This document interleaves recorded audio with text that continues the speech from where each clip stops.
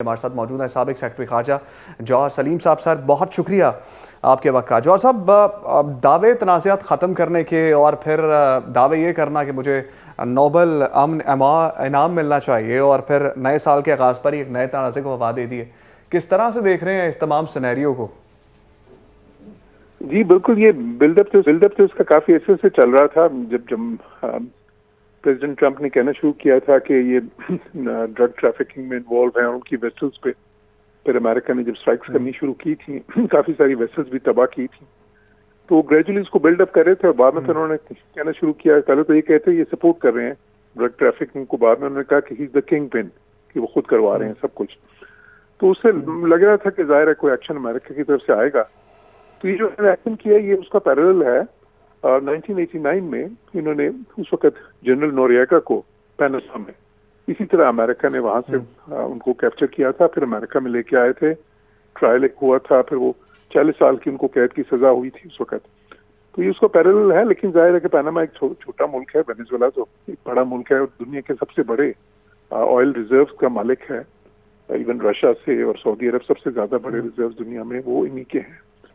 तो इनके चीन के साथ भी बड़े अच्छे ताल्लुकात हैं, रशिया के साथ भी, ईरान के साथ भी। तो वो और फिर सारा साउथ अमेरिका जो है उनको सपोर्ट करेगा जाहिर है इस मामले में। अभी भी देखें कोलंबिया की स्टेटमेंट्स आज की हैं, क्यूबा की स्टेटमेंट आई हैं, और अभी तो आप देखेंगे दुनिया के बेशुमार मुल्कों से जाहिर है वो कंडेमनेशन की या कंसर्न की और क्रिटिकल जो है स्टेटमेंट समर्ज कर रही हैं। तो वो तो है, क्योंकि देखें इसमें अगर टेक्निकली इसको देखें तो वायलेशन तो है, यूएन चार्टर की वायलेशन तो है, उनकी एक मुल्क की जो टेरिटोरियल इंटेग्रिटी है, उसकी जो सॉवरेनिटी है उसको फ्लाउट किया गया। तो एक जो रूल्स बेस्ड इंटरनेशनल ऑर्डर जिसको, क्योंकि अमेरिका तो हमेशा से। ठीक है जौहर साहब, आपको लगता है कि आप कि इस हद तक जाना चाहिए था अमेरिकी सदर को? क्या जरूरत पेश आई है? देखिए अब उस वक्त तो ये कह रहे हैं कि दो तीन चीजें कह रहे हैं ना, जो काफी अच्छे से कह रहे थे कि तो खैर जो वेनेजुएला के ऑयल के इतने बड़े रिजर्व्स हैं वो जो है अमेरिका की उन पर नजर थी।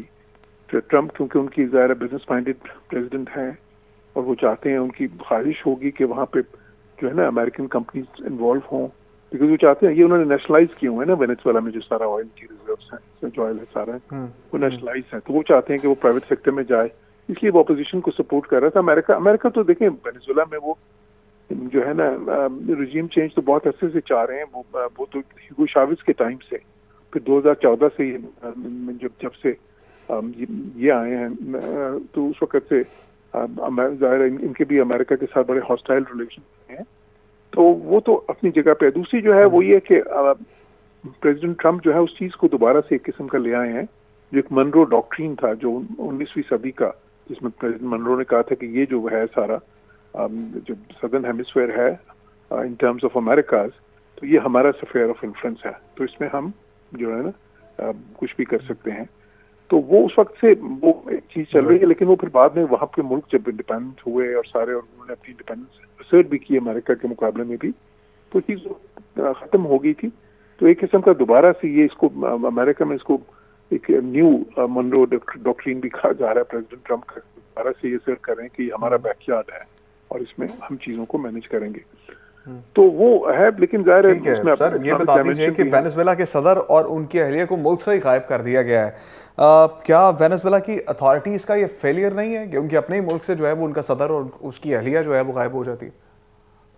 देखिए बिल्कुल है वो तो, अब आप देखें, लेकिन उन्होंने जिस तरह से किया है, वो पहले एयर डिफेंस सिस्टम सारे तबाह किए हैं, वहां से 50 मील दूर कैराकस में वो सारे जो थे ना उनके सारे इंस्टॉलेशन तबाह किए हैं। फिर उसके बाद जाहिर एक प्लान्ड ऑपरेशन था। देखिए अमेरिका सुपर पावर तो है, और वेनेजुएला की कोई उस किस्म की, हालांकि वो पहले जो अमेरिका उनको धमकियां दे रहा था तो वो भी जवाब में बहुत बड़ी स्ट्रॉन्ग बोल्ड स्टेटमेंट्स दे रहे थे, लेकिन वो स्टेटमेंट्स तो हॉलो थी, क्योंकि असल कैपेसिटी तो नहीं थी। इसलिए रिसेंट डेज में तो उन्होंने मुज़ाकरात की दावत भी दी थी अमेरिका को, तो थोड़ा पढ़ना शुरू हो गए थे, क्योंकि मदूरो को लग रहा था कि अब ये कोई एक्शन होगा इनकी तरफ से, तो उनकी कैपेसिटी उस तरह की डिफेंस की नहीं थी।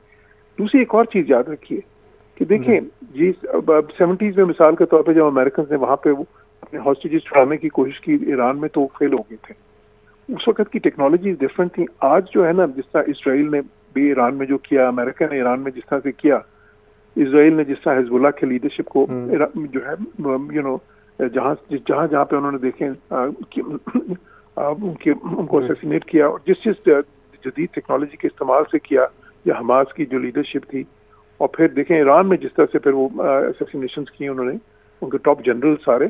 तो टेक्नोलॉजी आजकल की जो है काफी आगे चली गई है, और आगे से आगे इस तरह की चीजें शायद हम मजीद देखें, क्योंकि टेक्नोलॉजी का लेवल है वो 70। ठीक है सर, अब जिस तरह से वॉल स्ट्रीट जर्नल ने आज एक रिपोर्ट शाया की है, और भारत में पहले तो मुसलमानों को खतरा होता था, अब क्रिश्चियंस को भी खतरा होने लग गया है। किस तरह से देख रहे हैं, हिंदुत्व नजरिया जो है वो बढ़ता ही जा रहा है?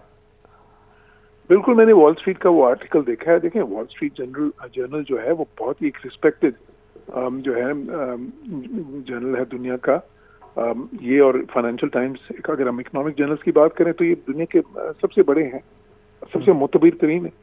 तो उन्होंने जब जो आर्टिकल लिखा है, और वो अगर देखें तो लिखा भी किसी इंडियन ओरिजिन के बंदे ने है, तो उसमें बिल्कुल साफ उन्होंने हकीकत बयान कर दी है कि एक तो ये है कि 14-15% अगर मुसलमान है वहाँ पे, उनके साथ क्या हो रहा है वो भी उन्होंने बताया कि किस तरह से उनको बिल्कुल मार्जिनलाइज कर दिया गया है। उनको बिल्कुल अब वो वहाँ पे कोई न मकान रेंट कर सकते हैं, ना कोई किसी जगह नौकरी उनको मिल सकती है, ना कोई फ्रीडम्स है उनकी। और फिर हमें खुद तो पता ही है कि लीगली जम्मू जो ऑक्यूपाइड जम्मू एंड कश्मीर है वहाँ पे क्या कर रहे हैं। लेकिन अब साथ ही साथ अब क्रिश्चियंस पे भी, क्रिश्चियन सिर्फ कोई 2.5% है, 2.3% है इंडिया में सिर्फ, लेकिन वो भी ऑलमोस्ट 3 करोड़ से ज्यादा बन जाते हैं, क्योंकि इंडिया इतना बड़ा मुल्क है। तो उनके चर्चेस के ऊपर हमले हो रहे हैं। उनके देखिए कि इंडिया की जो सबसे बड़ी स्टेट है यूपी। ठीक है सर, अब जौहर साहब जाते जाते ये बता दीजिए कि मोदी की हिंदुत्व पॉलिसी जो है वो खित्ते के लिए कितनी खतरनाक साबित हो सकती है आने वाले वक्त में? बहुत ज्यादा खतरनाक साबित होगी, क्या हो चुकी है ऑलरेडी। देखें, ये जो इनकी एग्रेशन थी पाकिस्तान के खिलाफ जारियत थी, उसी पॉलिसी का मजहर थी। यही पॉलिसी थी जो जिसके तहत वो जो है ना बाकी साउथ एशिया को जो है अपना क्लाइंट स्टेट्स बनाना चाहते थे। बांग्लादेश में जो उन्होंने किया, बाकी मुल्कों में किया, और वो सारा फ्लॉप भी हुआ काफी मुल्कों में। उनका जारियत भी उनकी बहुत बुरी तरह नाकाम हुई। लेकिन वो पॉलिसी जो थी, और हिंदुस्तान के अंदर वो क्या चाहते हैं, वो एक हिंदू राष्ट्र उसको बनाना चाहते हैं जहाँ पे कोई दूसरे रहते ही ना हो। वो तो क्या कहते हैं कि जी कन्वर्ट कर जाए वापस, जो है ना, वो तो मुसलमानों को ये कहते हैं कि आप तो ज्यादातर कन्वर्टेड लोग हैं तो वापस कन्वर्ट कर जाएं। वो क्रिश्चियंस को भी यही कहते हैं, दूसरों को भी यही कहते हैं। और फिर देखिए, वो तो अपने खुद हिंदुओं को, जो उनकी जो जिनको वो सो कॉल्ड निचली जात के हिंदू कहते हैं, या दलित हैं, या इस तरह के जो लोअर कास्ट हैं, हालांकि हमें तो किसी को लोअर कास्ट, हम इस्लाम में तो कोई ऐसी चीज ही नहीं है। तो हिंदू तो उनका तो एक सिस्टम है, तो उनको भी उनके साथ भी यही सलूक करना चाहते हैं। तो वो अब देखिए, पार्लियामेंट में अखंड भारत का इस वक्त नक्शा उन्होंने दोबारा से लगा दिया, जिसके तहत पूरा साउथ एशिया ही उनके जो है ना उस भारत के ख्वाब का हिस्सा है, अखंड भारत के ख्वाब का। तो जाहिर इंस्टेबिलिटी तो जितने हुकूमत है उस क्षेत्र में इंस्टेबिलिटी रहेगी। ठीक है, हिंदुत्व नजरिए को रोकना चाहिए।